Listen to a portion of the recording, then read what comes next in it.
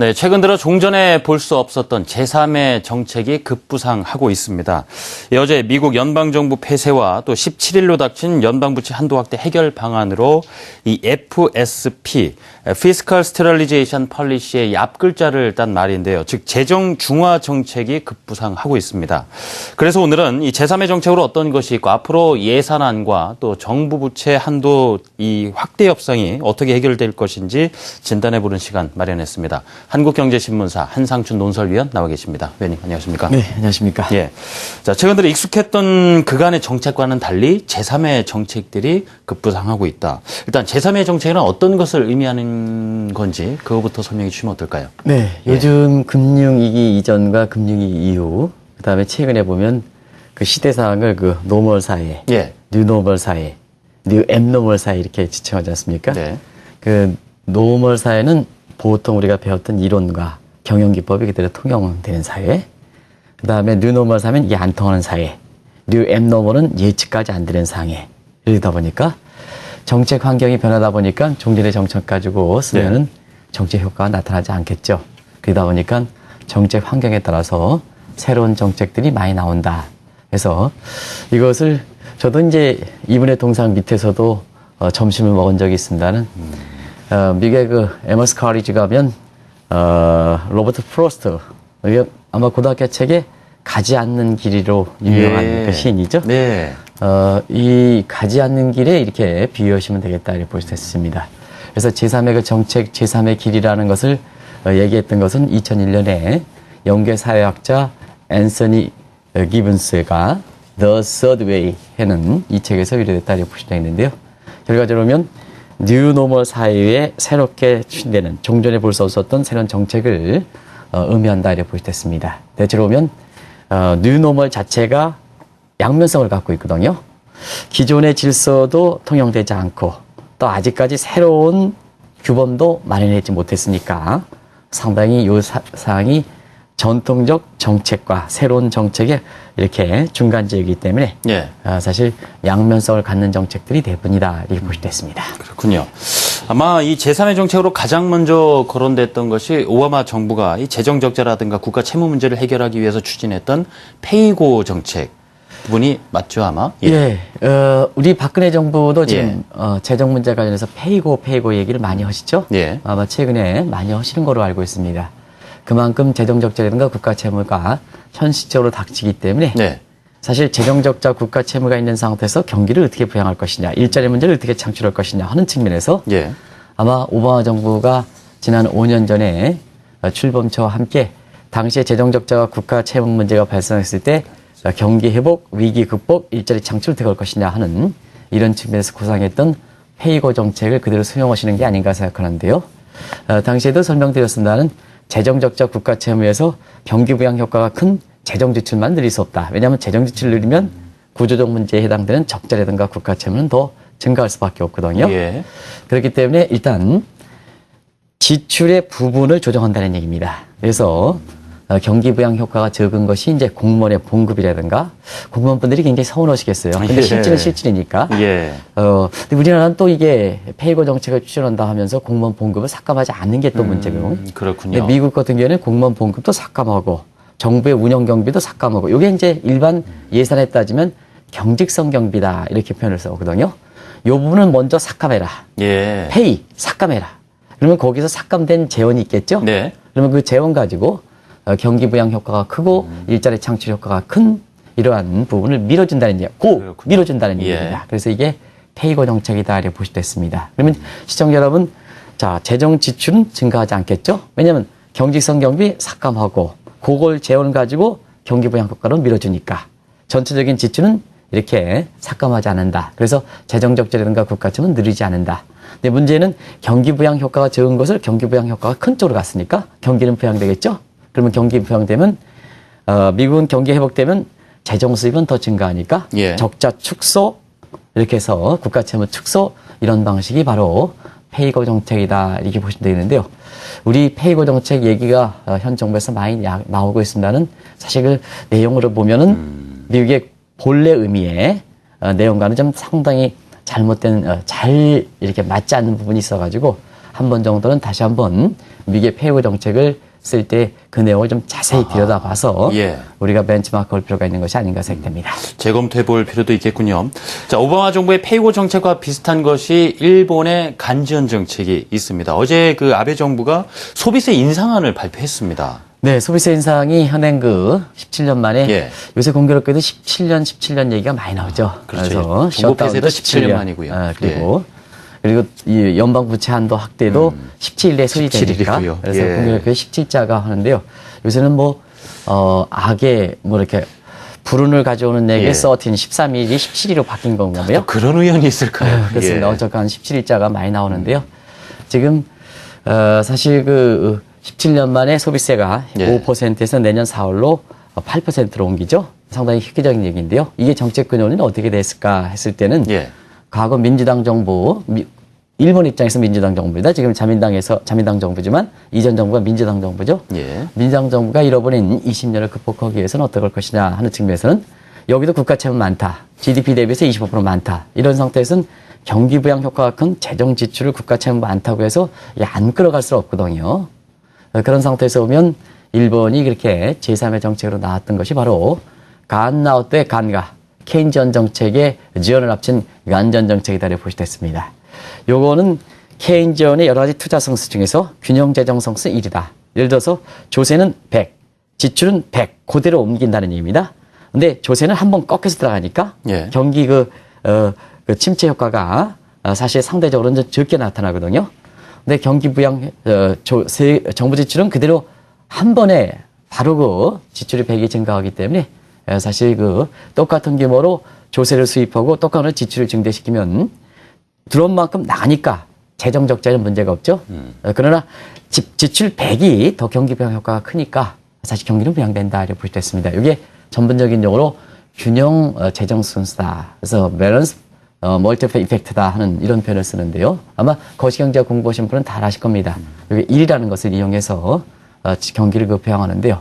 이게 여러 가지 논란이 됐습니다. 왜냐하면 소비세 인상하면 그만큼 또 여러 가지 세금을 증세시키는 만큼 국민 입장에서 민감한 문제는 없지 않습니까? 그래서 이게 야당과 여당이 전부 합의한 내용인데요. 이제 와서 추진한다. 일본의 경기가 지금 살아날 기미를 보이다 보니까 정책을 추진할 수 있는 여건이 상당히 좀 됐지 않았냐 하는 차원에서 비교적 아베 총리가 이것만큼은 굉장히 용기 있는 결단을 내렸다.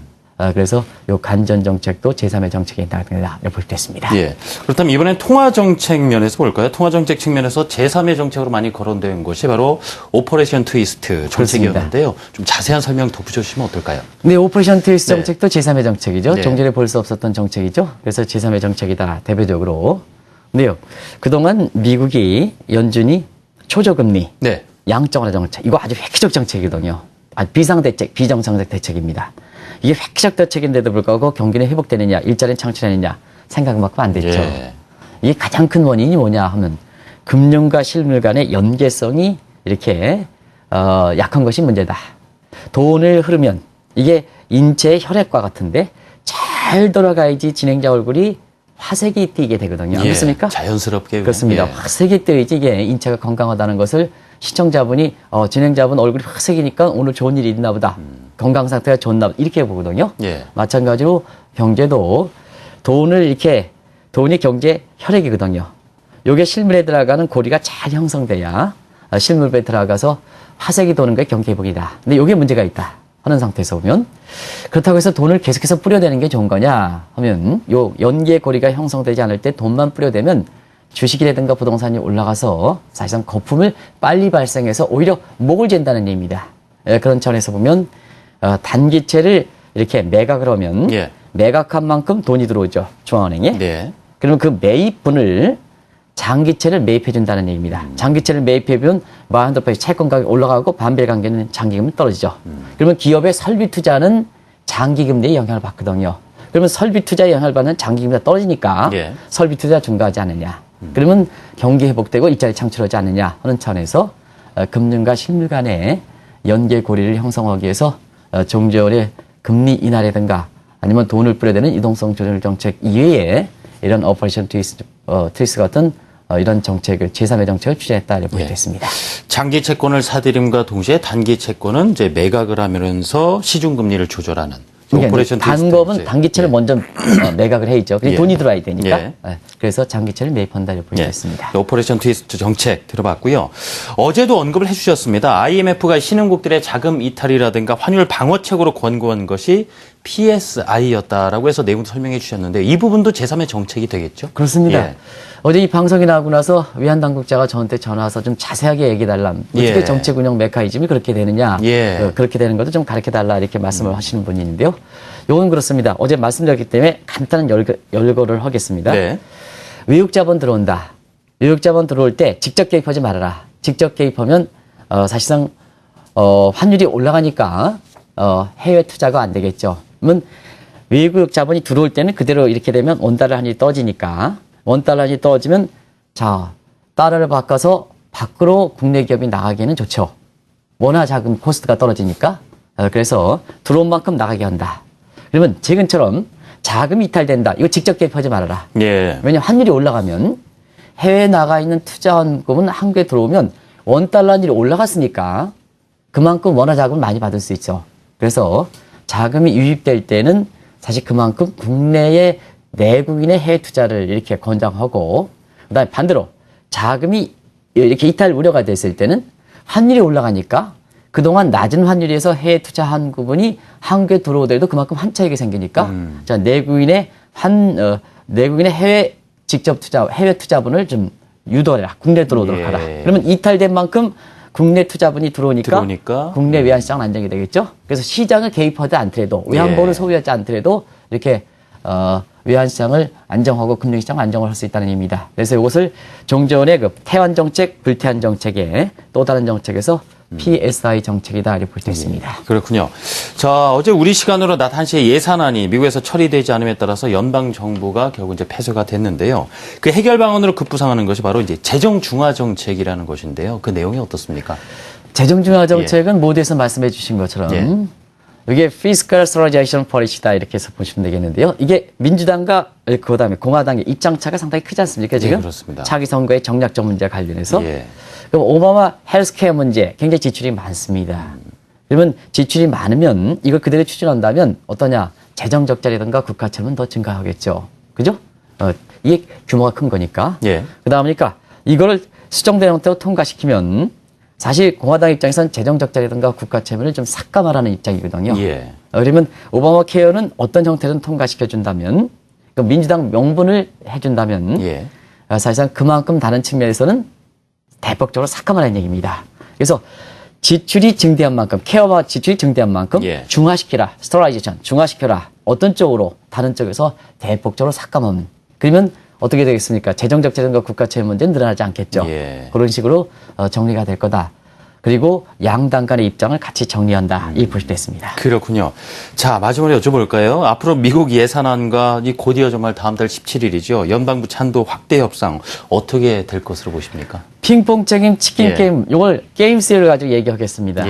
그래서 미국의 지금 정부가 일단 셧다운 됐죠.